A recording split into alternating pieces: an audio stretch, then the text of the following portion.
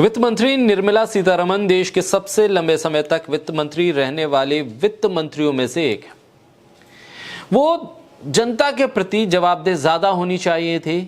उनकी नीतियां, उनकी पॉलिसी, उनके मंत्रालय का कामकाज जनता के प्रति ज्यादा जवाबदेह होता हुआ दिखना चाहिए था, लेकिन ऐसा कुछ होता हुआ दिखता नहीं। प्रधानमंत्री नरेंद्र मोदी, उनके ऊपर उन्होंने अर्थव्यवस्था का तमाम भार निर्मला सीतारमण के ऊपर दे दिया है और निर्मला सीतारमण अर्थव्यवस्था को बेहतर ढंग से चलाने का दावा भी करती हैं। सुबह शाम की चक्री में पिसती रहती है दिन भर।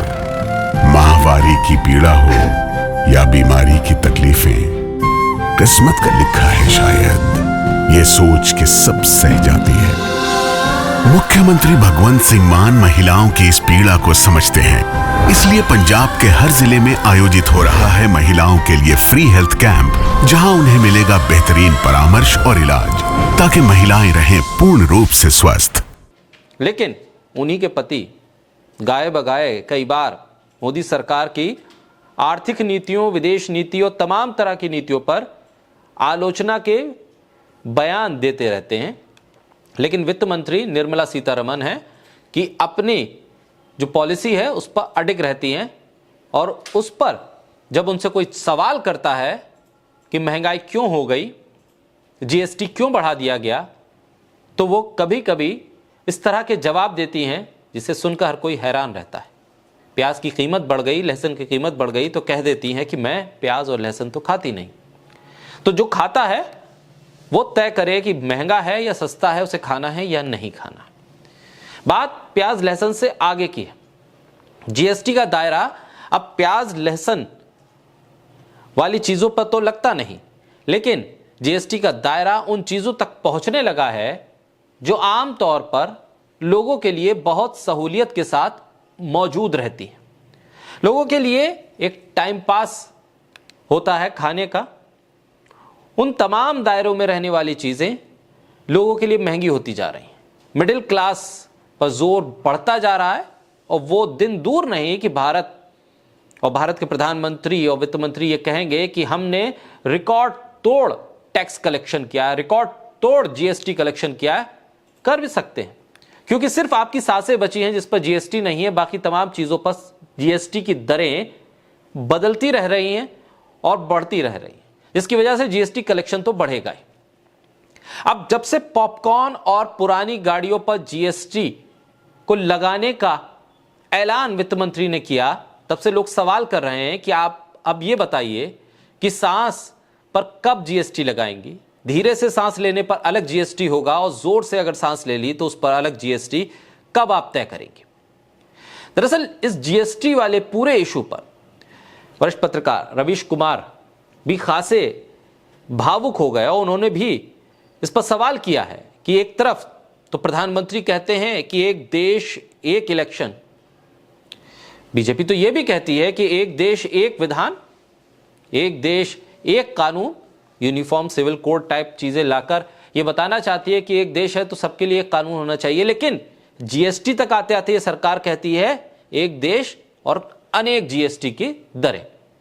बहरहाल निर्मला सीतारमण ने मिडिल क्लास को नकारने का पूरा इंतजाम कर दिया है। वोट चाहे मिडिल क्लास भरपूर बीजेपी को देता रहे, मन भरकर देता रहे, 400 पार का नारा बीजेपी लगाए, लेकिन फिर भी 400 से नीचे लेकर आ जाए मिडिल क्लास, लेकिन वित्त मंत्री कहती हैं कि जीएसटी का भार तो मिडिल क्लास पर ही पड़ेगा, क्योंकि देश सेवा, राष्ट्र सेवा मिडिल क्लास की ही जिम्मेदारी है, और देश की तरक्की और जीएसटी का कलेक्शन इस मिडिल क्लास की ही जिम्मेदारी है, उसे देना ही होगा। वित्त मंत्री निर्मला सीतारमण ने कैरेमल पॉपकॉर्न पर जीएसटी बढ़ाकर 18% कर दी। यही नहीं, कारों को, पुरानी कारों पर 18% तक की जीएसटी लगा दिया। निर्मला सीतारमण जिस छूट की डिमांड करती आई थी, और बीजेपी के तमाम नेता जो कहते आए थे कि टैक्स पर क्या छूट होनी चाहिए और किस तरह से आम आदमी के लिए सहूलियत हो, केंद्रीय मंत्री नितिन गडकरी काफी दिनों से हेल्थ इंश्योरेंस पर जीएसटी खत्म करने की मांग कर रहे थे। लेकिन शायद जीएसटी काउंसिल की बैठक में ये तमाम मुद्दे एक तरफ रहे, पॉपकॉर्न ज्यादा अहमियत वाला मुद्दा बन गया, उन्होंने देखा कि पॉपकॉर्न से ज्यादा वसूली की जा सकती है, इसलिए उस पर फोकस किया गया। जीएसटी काउंसिल ने मिडिल क्लास पर ज्यादा जोर दिया, शायद इसलिए क्योंकि इस बार 400 पार का नारा मिडिल क्लास ने पूरा नहीं होने दिया था, इसलिए अब सारा जो गुबार है वो मिडिल क्लास पे उतर रहा है। सोशल मीडिया पर निर्मला सीतारमण से लोग सवाल कर रहे हैं और बीजेपी से भी सवाल हो रहा है कि आखिर ये जीएसटी का टेरर ये किस तरह से खत्म होगा, और इसको क्या बीजेपी ने एक मुहिम बना लिया है, आप वोट नहीं दोगे तो हम जीएसटी ले लेंगे आपसे। अभी 2 दिन पहले ही जीएसटी काउंसिल की बैठक में जिन फैसलों पर सरकार की सबसे ज्यादा आलोचना हो रही है, इसमें कारों की रीसेल और पॉपकॉर्न पर लगने वाली जीएसटी की दरें, इसका सबसे ज्यादा मजाक बन रहा है। आलोचना भी हो रही है और मजाक बन रहा है। विवाद तब शुरू हुआ जब यह पता चला कि नमकीन पॉपकॉर्न को नमकीन की श्रेणी में रखा गया है और उस पर कम रेट से टैक्स लगाया जाएगा, जबकि कैरमलाइड पॉपकॉर्न को मिठाई की श्रेणी में रखा गया है, उसे मिठाई माना गया है, उस पर अलग तरह का जीएसटी लगेगा। यानी पॉपकॉर्न पर 5%, 12% और 18% के अलग अलग टैक्स लगेंगे। जब जीएसटी परिषद स्वास्थ्य बीमा पर उस पर जीएसटी कम करने पर फोकस ना करके पॉपकॉर्न और चॉकलेट पर फोकस करने लगे, तो आप समझिए कि देश की अर्थव्यवस्था किधर जा रही है, देश की पॉलिसी किधर जा रही है और देश के लोगों की अहमियत सरकार की नजर में क्या है। जब कफन पर जीएसटी लग सकती है तो भाई पॉपकॉर्न पे क्यों नहीं लग सकती? ये तो अभी ट्रेलर है। लोग कह रहे हैं कि इससे आगे आपको कीमत चुकानी पड़ेगी, अभी आपकी सांसें टैक्स फ्री हैं, कम से कम ये गनीमत है। खाने पीने, घूमने, मरने, नहाने पर, घर पर, खाने पर, दूध पर, पॉपकॉर्न पर, गाड़ी पर, खरीदने पर, पुरानी गाड़ी पर बेचने पर, सब पे टैक्स है।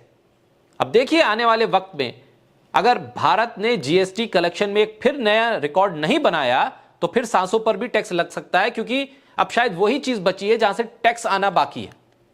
निर्मला सीतारमण को शायद पॉपकॉर्न टैक्स खोजने में उनको किसी बड़े अवार्ड से नवाजा जाना चाहिए। मोदी सरकार उन्हें कोई बड़ा अवार्ड दे ताकि उन्होंने किस तरीके से एक पॉपकॉर्न के भीतर से भी टैक्स निकाल लिया, पॉपकॉर्न के अंदर भी 3 लेयर के टैक्स उन्होंने लगा दिया और यह बता दिया कि पॉपकॉर्न से भी हम रेवेन्यू इकट्ठा कर सकते हैं। तो फिर समझिए कि आगे किन किन चीजों से टैक्स लिया जा सकता है। और प्रधानमंत्री मोदी की जो दूर की नजर है, उसने कैसे परखा निर्मला सीतारमण को कि यही हैं जो इस देश के राजस्व को बढ़ा सकती हैं, वो पॉपकॉर्न वाली अर्थव्यवस्था भी ला सकती हैं और भारत की तरक्की और राष्ट्रवाद में अब ये पॉपकॉर्न की एक मौजूदगी एक मजबूत स्तंभ के तौर पे होगी। एक नई क्रांति आ गई है देश में, पॉपकॉर्न क्रांति, पॉपकॉर्न इकोनॉमिक्स। अब शायद इस पर नोबेल मिले या ना मिले, लेकिन देश के भीतर जीएसटी लाने में बीजेपी ढिंडोरा पीट सकती है कि हमारा जीएसटी कलेक्शन बढ़ गया है। शायद आने वाले बजट पे सांसों पर जीएसटी लगाने का ऐलान हो सकता है, बशर्ते आपकी सांस गहरी है या लंबी है, इस पर डिपेंड करेगा दरें क्या होती।